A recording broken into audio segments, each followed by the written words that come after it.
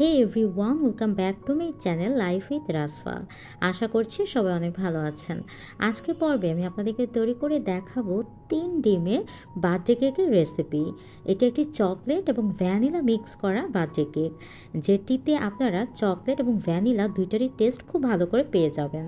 আর যারা হোম বেকার আছেন এবং নতুন আর চাচ্ছেন যে প্রিয়জনকে এরকম মজাদার বার্থডে কেক তৈরি করে তাদেরকে সারপ্রাইজ করে দিবেন, তাদের জন্য আজকের রেসিপিটি একদম বেস্ট একটি রেসিপি হতে চলেছে। আশা করছি আজকের রেসিপিটা আপনার কাছে অনেক বেশি ভালো লাগবে। দেখতেই পারছেন, প্রথমে একটি মিক্সিং বোলে 1 কাপের মতো ময়দা নিয়েছি, গুঁড়ো দুধ নিয়েছি 2 থেকে 3 টেবিল চামচের মতন, কর্নফ্লাওয়ার নিয়েছি 2 চামচের মতন, বেকিং পাউডার নিয়েছি 1 চামচের মতন, বেকিং সোডা নিয়েছি 1/2 চামচের মতন, অল্প 1 চিমটির মতো লবণ দিয়ে এখন ভালো করে ছেঁকে একটি মিক্সিং বোলের মধ্যে রেখে দিয়েছি। চেষ্টা করবেন ড্রাই ইনগ্রিডিয়েন্টসগুলো 2 থেকে 3 বার ছাকার জন্য, তাহলে কিন্তু খুবই ভালো রেজাল্ট দিবে। এখানে দেখতেই পাচ্ছেন আমি 3টি ডিমের কুসুমটাকে আলাদা করে সাদা অংশটাকে হ্যান্ড বিটার দিয়ে বিট করে নিচ্ছি। 2 থেকে 3 মিনিট বিট করার পরে এখানে আমি আস্তে আস্তে করে চিনি অ্যাড করব। আপনারা আপনাদের পছন্দ মতন চিনিটা অ্যাড করে দিবেন। আমার এখানে প্রায় 1 থেকে 1.5 কাপের মতো চিনি লেগেছে। আর যখন এরকম একটি ফোমি ভাব চলে আসবে তখন আমি কুসুমগুলো একটা একটা করে অ্যাড করে দিচ্ছি। আর ভালো করে কুসুমটা অ্যাড করা হয়ে গেলে এখানে আমি রান্নার রেগুলার তেল দিয়ে দিচ্ছি প্রায় 1/2 কাপের মতন। আর তেল দেওয়ার পরে একদমই বেশি বিট করা যাবে না, তাহলে কিন্তু কেকের ফোমিটা একদমই নষ্ট হয়ে যাবে। আর যে ড্রাই ইনগ্রেডিয়েন্টসগুলো আমি মিক্স করে রেখেছিলাম সেগুলো অল্প অল্প করে দিচ্ছি আর হ্যান্ড উইক্স দিয়ে আলতো হাতে মিক্স করে নিচ্ছি। এই কাজটা কিন্তু একদমই আস্তে আস্তে স্লো মোশনে করতে হবে। আমি এখানে টাইম ল্যাপসের মাধ্যমে দেখিয়ে দিচ্ছি আপনাদেরকে। অল্প একটু দুধ অ্যাড করেছি। আর অবশ্যই কিন্তু আলতো হাতে করবেন, না হলে কিন্তু ডিমের ফোমিটা নষ্ট হয়ে যাবে। এখন আমি যে মোল্ডে কেকটা তৈরি করব সেখানে আমি বেকিং পেপার বসিয়ে দিয়ে তেল ব্রাশ করে দিয়েছি। আর এর আগেই আমি একটি পাতিলের মধ্যে স্টেনার বসিয়ে 10 থেকে 15 মিনিটের জন্য প্রিহিট করে রেখেছিলাম।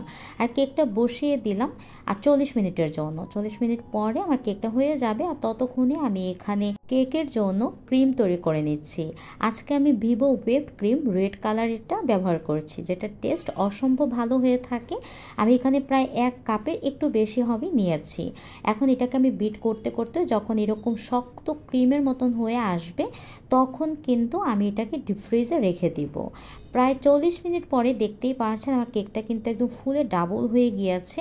আমি অল্প একটু কাঠি দিয়ে চেক করে নিয়েছি, ভেতরটা একদমই পারফেক্ট হয়েছে। এখন আমি 10 মিনিটের জন্য এটাকে রেস্টে রেখে দিচ্ছি যাতে একটু ঠান্ডা হতে পারে। এরপরে আমি মোল্ড আউট করে নিচ্ছি। সাইডের কাগজগুলো সরিয়ে দেখিয়ে দিচ্ছি আপনাদেরকে কেকটা কতটা পারফেক্ট হয়েছে। অনেকেরই একটি সন্দেহ থাকে যে চুলাতে কেক তৈরি করলে একদমই পারফেক্ট হতে চায় না। আপনারা দেখে হয়তো বুঝতে পারছেন আমার চুলাতে তৈরি করা 3 ডিমের কেক কতটা ফ্লাফি আর স্পঞ্জি হয়েছে। এখন আমি আজকে এই কেকটি 3 ভাগে ভাগ করে নিচ্ছি। আপনারা চাইলে 2 ভাগেও ভাগ করে নিতে পারেন। আর ভেতরটা কতটা স্পঞ্জি হয়েছে আপনারা হয়তো দেখে বুঝতে পারছেন। এভাবে আমি একটু ভাঁজ করেও আপনাদেরকে দেখিয়ে দিচ্ছি, একদমই ভেঙে যাচ্ছে না, খুবই সফট হয়েছিল আলহামদুলিল্লাহ। কেকগুলোকে 3 ভাগে ভাগ করে এটা আমি সাইডে রেখে দিয়েছি। আর যে হুইপড ক্রিমটা আমি তৈরি করেছিলাম এখান থেকে অল্প কিছু হুইপড ক্রিম আমি একটি বাটিতে নিয়ে 1 চামচের মতো কোকো পাউডার দিয়েছি। আর ব্লুবেলের ডার্ক চকলেটটা আমি মেল্ট করে নিয়েছিলাম, এটা আমি 3 থেকে 4 চামচের মতন দিয়ে একত্রে আমি একটু বিট করে নিচ্ছি। যেহেতু আমি কেকের উপরে 2 শেডের ফ্লাওয়ার দিব, তাই আমি একটি পাইপিং ব্যাগের মধ্যে এখানে এক সাইড হোয়াইট কালারের হুইপড ক্রিম দিচ্ছি, আর একটা যে চকলেট দিয়ে হুইপড ক্রিম তৈরি করেছিলাম সেটা এখানে অ্যাড করে দিচ্ছি।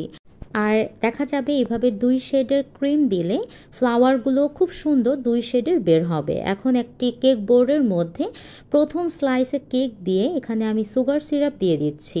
সুগার সিরাপ কিন্তু আমরা সবাই কম বেশি বানাতে পারি। 1/2 কাপ পানির মধ্যে 3 থেকে 4 চামচ চিনি অ্যাড করলেই সুগার সিরাপ রেডি হয়ে যাবে। সুগার সিরাপটা দিয়ে আমি যে ক্রিমটা তৈরি করেছিলাম হোয়াইট কালারের সেটা এখানে অ্যাড করে দিলাম। এখন সেকেন্ড লেয়ারে কেকটাও অ্যাড করে দিচ্ছি। সেম প্রসেসেই আমি সুগার সিরাপ দিয়ে যে চকলেট ক্রিমটা আমি তৈরি করেছিলাম সেটা মাঝখানে অ্যাড করে দিচ্ছি। এতে কিন্তু চকলেটের খুব সুন্দর একটি ফ্লেভার আসবে আর খুবই মজা লাগবে। যেহেতু আমি প্রথমেই বলেছিলাম যে আজকে কেকটি আমি চকলেট এবং ভ্যানিলা দুইটারই ফ্লেভার আনবো, সেজন্য আমি মাঝখানে লেয়ারে চকলেট ক্রিমটা দিয়ে উপরের লেয়ারে আমি যে হোয়াইট ক্রিমটা তৈরি করেছিলাম সেটা দিয়েছি এবং উপরে ক্রাম কোটিং করে আমি আধা ঘন্টার জন্য একটু ফ্রিজে রেখে দিয়েছিলাম এবং একদমই লাস্টের দিকে আমি ফিনিশিং আনার ট্রাই করছি।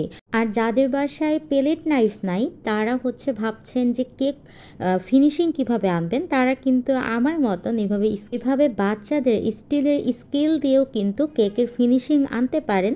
ট্রাস্ট মি, কেকের ফিনিশিং এতটা সুন্দর হয়ে থাকে, প্রথমবার হিসেবে আপনারা অবশ্যই কিন্তু স্টিলের স্কেলটা ইউজ করে দেখতে পারেন। আশা করছি আপনাদের কাছে অনেক বেশি ভালো লাগবে কাজ করে আর খুব সুন্দর ফিনিশিং আসবে।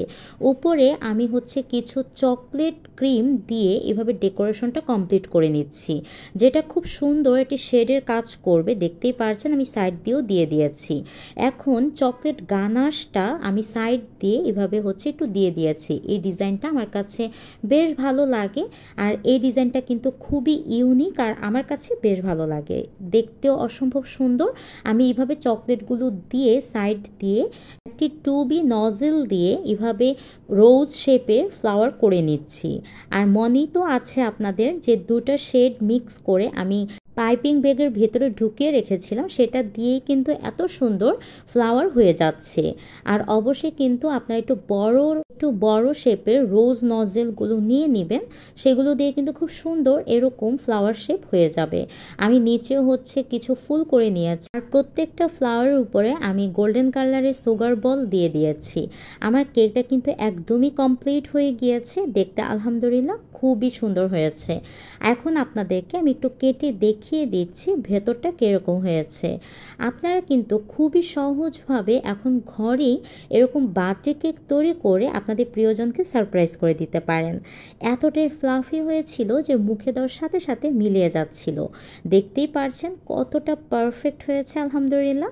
আশা করছি আজকের কেকের রেসিপিটি আপনাদের কাছে অনেক বেশি ভালো আর সহজে লেগেছে। আর যদি ভালো লেগে থাকে তাহলে আমার চ্যানেলটিকে সাবস্ক্রাইব করে বেল বাটনটা অন করে দিবেন, যাতে আমি নেক্সট টাইম আরও সহজ আর ইউনিক রেসিপি আমার চ্যানেলে আপলোড করার সাথে সাথে আপনাদের এখানে নোটিফিকেশন চলে যায়। আজকে এই পর্যন্ত বিদায় নিচ্ছি আপনাদের কাছ থেকে, আবার হয়তো দেখা হবে নেক্সট কোনো ভিডিওতে। সেই পর্যন্ত আপনারা ভালো থাকবেন, সুস্থ থাকবেন। ভিডিওটি ভালো লেগে থাকলে অবশ্যই আপনাদের টাইমলাইনে শেয়ার করতে একদমই ভুলবেন না। আজকে এই পর্যন্ত বিদায় নিচ্ছি, আবার হয়তো দেখা হবে নেক্সট কোনো ভিডিওতে। সেই পর্যন্ত আপনারা ভালো থাকবেন, সুস্থ থাকবেন। আল্লাহ হাফিজ।